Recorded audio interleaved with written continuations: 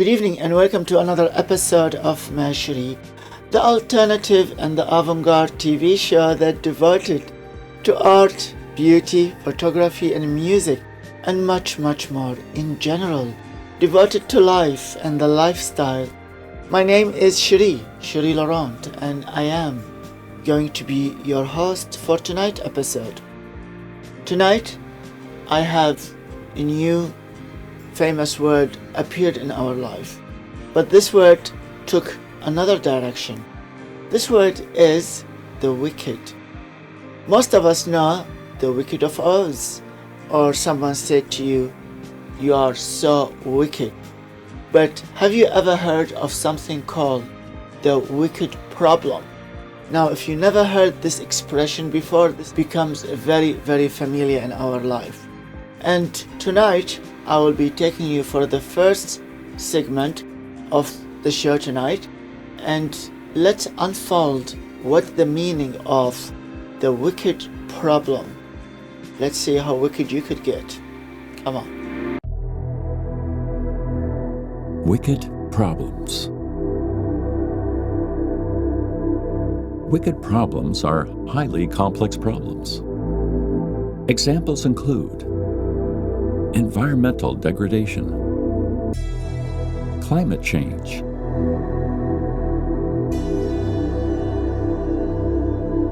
multicultural integration, cybersecurity, sprawling megacities,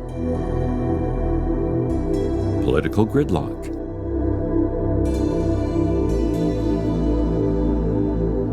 poverty, inequality, food security. A wicked problem is a dysfunctionality within a complex system. They are unstructured,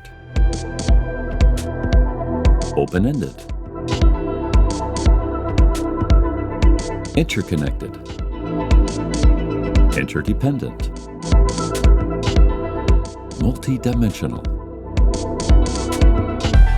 systemic, unbounded. They are often unbounded in space and time. They cross disciplines, cross borders, cross departments, making them very difficult to contain or structure.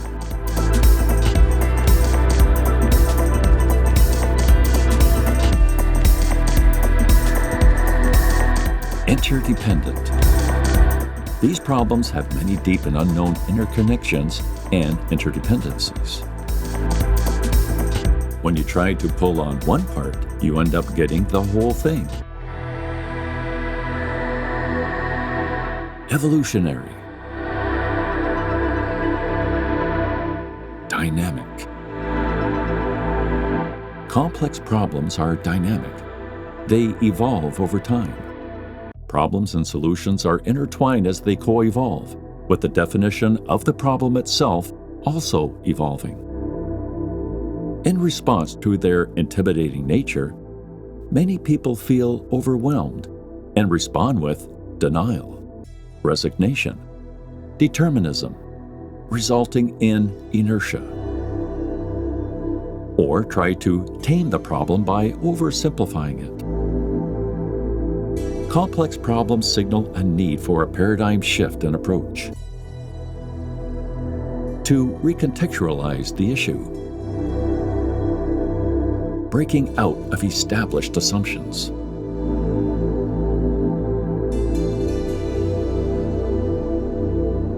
Truly tackling complex problems requires systems thinking. To integrate the many different perspectives and dimensions of the problem by seeing the system as a whole.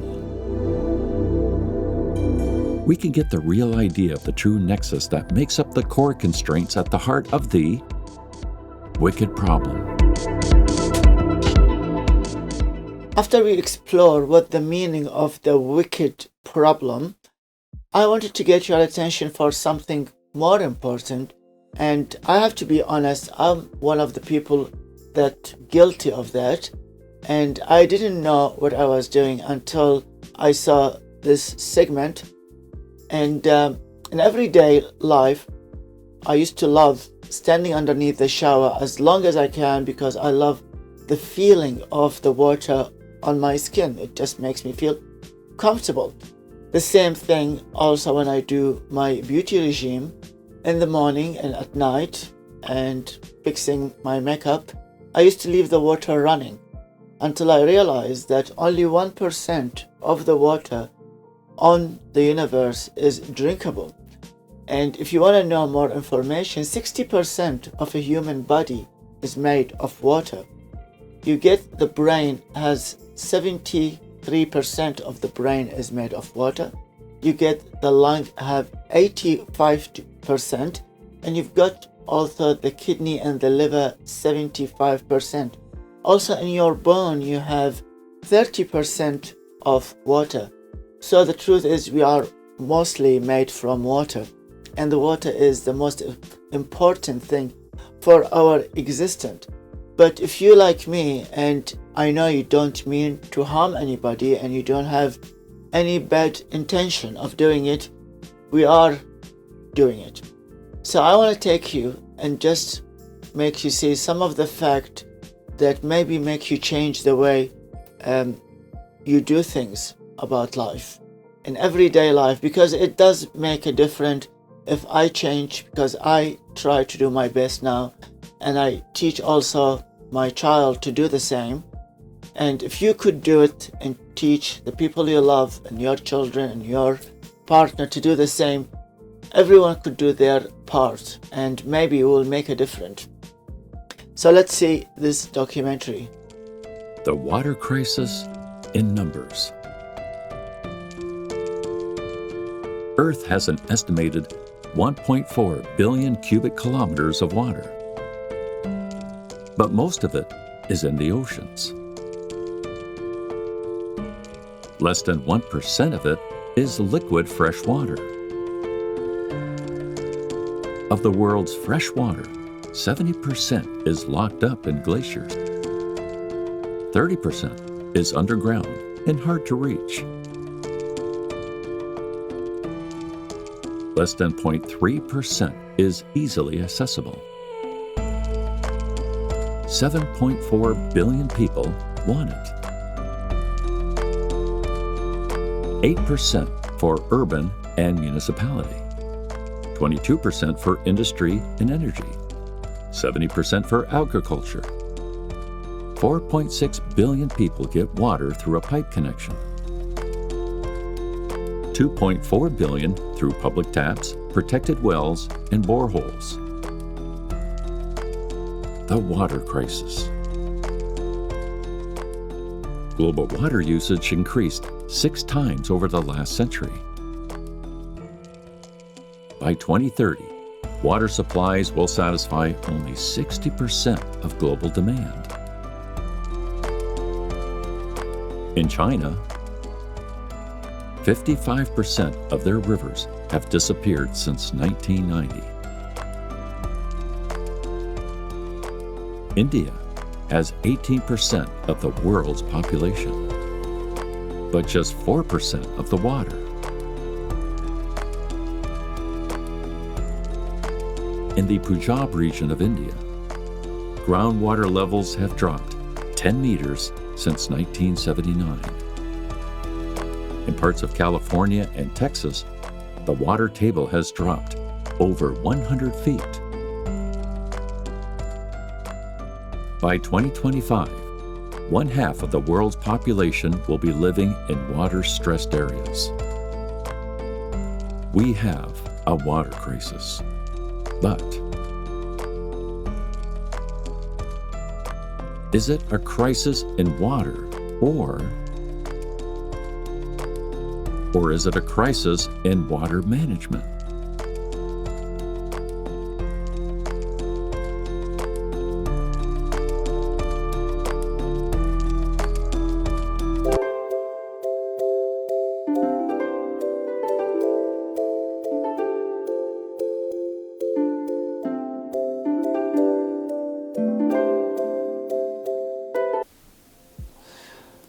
after seeing this documentary that made me have a full turn in my life, how to do things and how to view things in life, and in everyday habits, I start changing. So now I have a small showers, and it doesn't mean I stink. I'm still clean, but I still have small showers, and I turn off the tap when I do my beauty regime. And few things around the house, it does makes me feel better that I will be helping to help other people too. From there, we talked about the wicked problem, and one important thing was poverty. And with the poverty, very important fact is the food. This new segment I'm gonna show you and share with you. Actually, I've showed before. It's another segment more proper to be shown tonight after the wicked problem, just to make you realize, how lucky you are. As I have problem with some of the people who don't count their blessing. We are really in the lucky country. And few years I went to Milan, and I ordered a coffee. It was a Milano Fashion Week, and I have a small cup of coffee this size, I swear, was smaller than my glasses. And at that time I wasn't even wearing the big glasses, but the small reading glasses, and it was €7.50. The days turned back, and now we are in Melbourne, Australia, and we're paying up to $5 for a coffee, and it's supposed to be costing them around 40 cents to make a cup of coffee. But it just show you the level of poverty that we're going towards. We always call Australia as the lucky country, and there's so many people do not realize how lucky we are, and they don't count their blessing. Partly from waking up in the morning healthy, and most important thing in life is to wake up healthy, because a lot of people lose their health, and that's just a reason to make you feel happy and positive about life. If you have a food on your table, and healthy food on your table, and you watch your diet, and maybe sometimes few things, like I lived in America for a long time, and the consuming of junk food, which lead to obese people who are obese. And I always think the amount of food that used to be thrown out, and sometimes when I used to go to a big functions, and the food was amazing and the amount of it, and I used to basically take responsibility to take whatever left from this food and divide it in containers, and I used to go by myself giving it to the people that I felt they needed, rather than throwing it in the garbage. So there's few things that we could do, and it doesn't cost us much, but it changed other people's life. So let's have a look at this documentary, and makes you realize how lucky you are, and maybe it will open your mind to a way how you could be thankful to what you have, and also help other people that need help. Let's have a look. The global food system in numbers. The global food system feeds 7.4 billion people. 90% of this is provided by 15 crops plus 8 animals.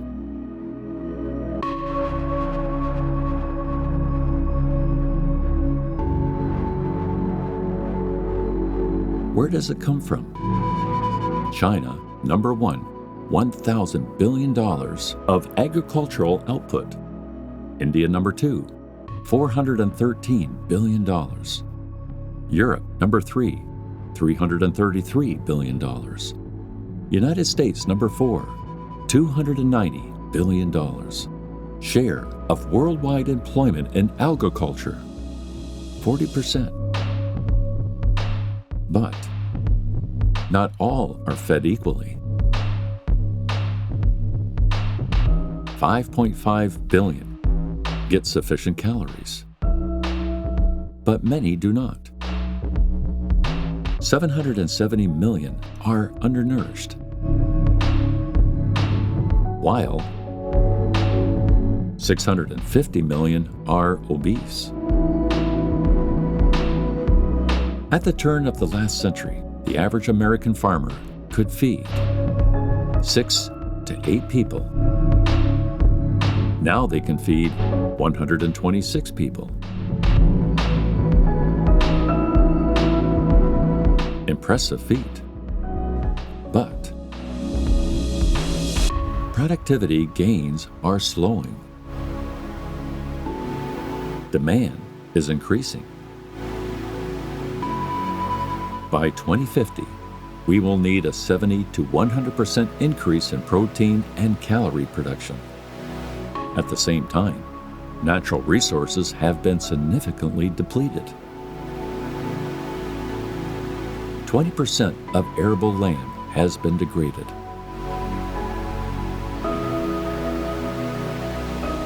Food commodity prices are increasingly volatile.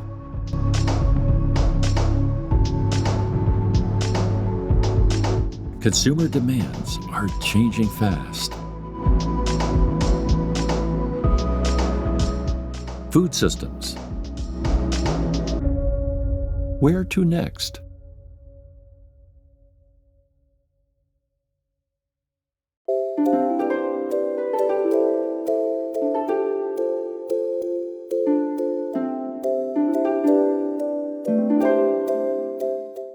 As we're going through the English dictionary for people like me or people who are unable to be educated in high university, maybe they need to know exactly some meaning of word that is very popular in our life now. And one of the words is urban. As me studying fashion, we always come to urban fashion, urban city, urban music, urban gathering. And a lot of people, when I talk to them and I said, explain to me what the word urban mean, and they could not really put it in words. So I chosen this segment to explain to you the word urban and what's explained and what's involved. Hopefully it will make it clearer to you and everyone around you that did not have the privilege to be educated in high university or private schools. They should know also what the full context of urban. In numbers, urban networks.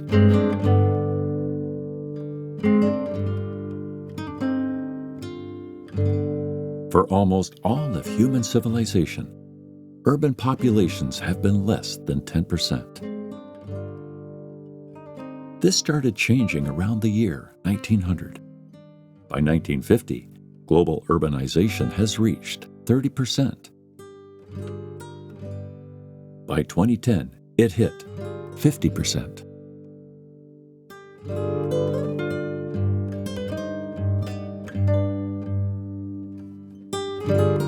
Today, the world is going through an intense process of urbanization. Every week, 1.4 million people are moving into urban areas around the globe. As urban populations increase from 4 billion to nearly 7 billion over the next 30 years, the world will need to almost double its urban capacity by the year 2050. We will build more cities, more infrastructure, more housing, more basic services than has been built since the beginning of humanity. Nicholas Yu. Since the rise of globalization and information technology in the 1990s, cities have become the operators of our global supply chain network and are being transformed into the urban networks that run our global economy, producing up to 80% of global GDP.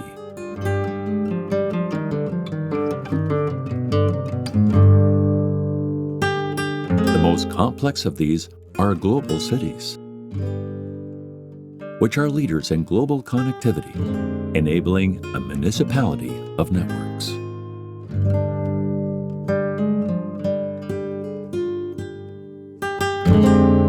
Tokyo is the largest urban center with over 30 million people and a GDP of $1.7 trillion in the year 2013, making it the 10th largest economy in the world, ahead of Russia, Spain, and Canada. Urban centers occupy only 3% of global land area, but they are at the epicenter of the challenge of sustainability. The battle for a sustainable future will be won, or it will be lost in cities. Global cities are part of massive metabolic processes that stretch around the planet, providing them with materials and energy. Urban centers consume 75% of natural resources, but are responsible for 50% of global waste. And they produce 70% of carbon emissions. Recently, China has used more concrete in 3 years than the US used in the entire 20th century.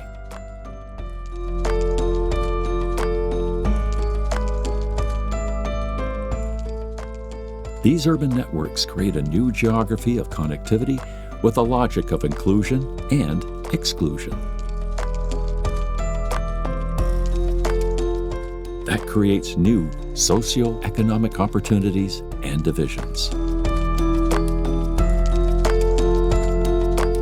Recent urbanization in China helped bring over 600 million people out of poverty and connected into the global economy.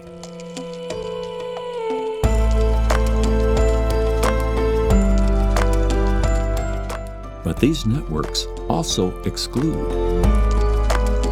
90% of the increase in urban dwellers will live in Africa and Asia, creating huge social pressures as many move into slums. 650 million people lived in slums in 1990, 760 million by 2000, and 1,000 million by the year 2017. 2 billion people could be living in slums by the year 2030 if unchecked. Globalization plus IT plus urbanization are creating a new form of geography based on connectivity.